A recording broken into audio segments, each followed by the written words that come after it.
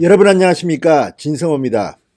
청와대 이른바 백원우 특별감찰반 반원으로 활동했던 A 수사관, A 수사관의 갑작스러운 사망에 지금 정치계는 물론이고 이 검찰, 경찰 모두 충격을 받은 모습입니다.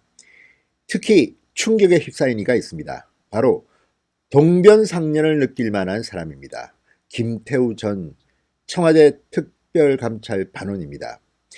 김태우 특감반원, 당시 반부패 비서관실 산하 이인걸 특감반장 아래에서 일했습니다. 이번에 극단적 선택을 한 것으로 보이는 전 행정관 A씨, 백원우 민정비서실 산하 특감반, 이른바 별동대로 불리는 그곳에서 일한 것으로 알려지고 있습니다. 자, 둘 다 공통점은 베테랑 검찰 수사관입니다. 일을 잘해서 청와대 파견까지 가서 일했던 그런 사람들이었는데, 한 명은 지금 이 청와대의 고소를 당해서 수사를 받는 처지, 그리고 유튜브를 통해서 지금 청와대에 대한 비판의 목소리를 높이고 있는 주인공, 또 한 명은 울산까지 내려간 것으로 알려졌고 백원우 비서관 아래에서 험한 일을 도맡아 했던 것으로 알려진 A씨, 지금 운명을 달리했습니다. 자, 이런 가운데 김태우 전 수사관이 본인의 유튜브 김태우 TV를 통해서 비운의 목소리, 울분에 찬 그런 목소리를 냈습니다. 듣고 있으면 가슴이 좀 애잔합니다. 진성호의 융단 폭격 시작합니다. 청와대 백원우 특별감찰반을 융단 폭격합니다. 방송에 앞서 아직 진성호 방송의 구독자가 아니신 분들은 붉은색 구독 버튼 꾹 눌러주시기 바랍니다. 김태우 전 수사관이 마음이 상당히 지금 힘들 겁니다. 본인 역시 청와대의 법을 어긴 이런 하명 수사, 하명 감찰을 하다가 민간인 사찰 등을 의혹 등을 폭로하고 청와대 밖으로 나왔습니다. 김태우도 청와대 임종석, 조국, 박형철 등을 고발했고, 반대로 청와대는 김태우를 고발했습니다. 이런 가운데 김태우 수사관 소회를 밝혔습니다. 이렇게 말했습니다. 백원우는 죽을 때까지 이 직원을 기억하라. 당신이 발뺌하지 않고 진작에 책임졌으면 이런 일이 생겼겠느냐, 이렇게 말했습니다. 백원우, 니들 죄 받는다. 똑똑히 들어라. 당신이 진작 인정하고 발뺌하지 않았으면 A씨는 안 죽었을 것이다. 뭐가 됐든 네가 시켰을 것 아니냐. 이 직원이 고생해서 보고한 수많은 정보를 보고 좋아했을 것 아니냐. 백원우는 양심에 찔리는 것이 없느냐. 지금이라도 잘못한 걸 다 풀어라. 이 지경까지 오고도 버틸 것인가, 이렇게 말했습니다. 아직까지 백원우 전 비서관은 이 A 행정관의 죽음에 대해서 침묵을 지키고 있습니다. 공개적인 발언을 하지 않고 있습니다. 백원우 전 비서관도 공개적으로 이에 대한 입장을 밝히면 소개해드리겠다는 말씀을 드립니다. 반론권 차원에서입니다. 일단 계속해서 김태우 전 수사관의 유튜브를 소개하겠습니다.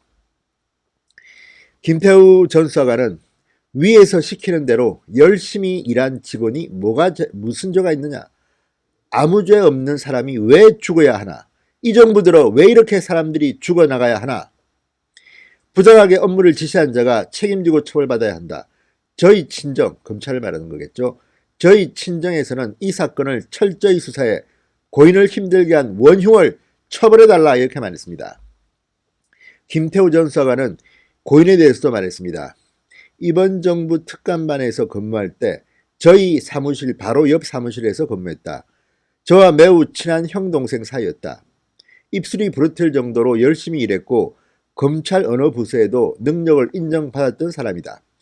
해병대를 나와 참 씩씩하고 성격도 유들유들해 그를 만나는 모든 사람이 그를 좋아했다. 이렇게 회고했습니다. 자, 이런 김태우 전 수사관의 피를 토한 듯한 울분, 여기에 화답이라도 하는 것일까요? 지금 검찰도 이 고인의 사인 규명을 위해서 철저히 수사하기로 했습니다. 자, 청와대 민정수석실, 민정비서관 산하, 특별감찰반원 출신. 자, 수사관 A씨의 죽음에 대해서 이 경찰은 부검을 실시하는 등 본격적인 사망 원인 규명에 나섰습니다. 검찰은 이제 이 경찰을 통해서 A씨가 극단적인 선택에 나선 것을 두고 사망 직전까지의 행적 그리고 휴대전화 통화 내역 등을 확인해서 그 배경을 철저히 수행한다는 방침입니다. 지금 서초경찰서가 수사를 담당하고 있습니다. 검찰이 확실하게 챙겨야 됩니다. 그렇지 않으면 이 사망 원인 규명 수사조차도 어디로 튈지 모릅니다. 지금 청와대는 경찰에 너무 많은 영향력을 행사하는 것으로 보입니다. 검찰이 직접 지휘해서 제대로 된 수사를 해야 됩니다.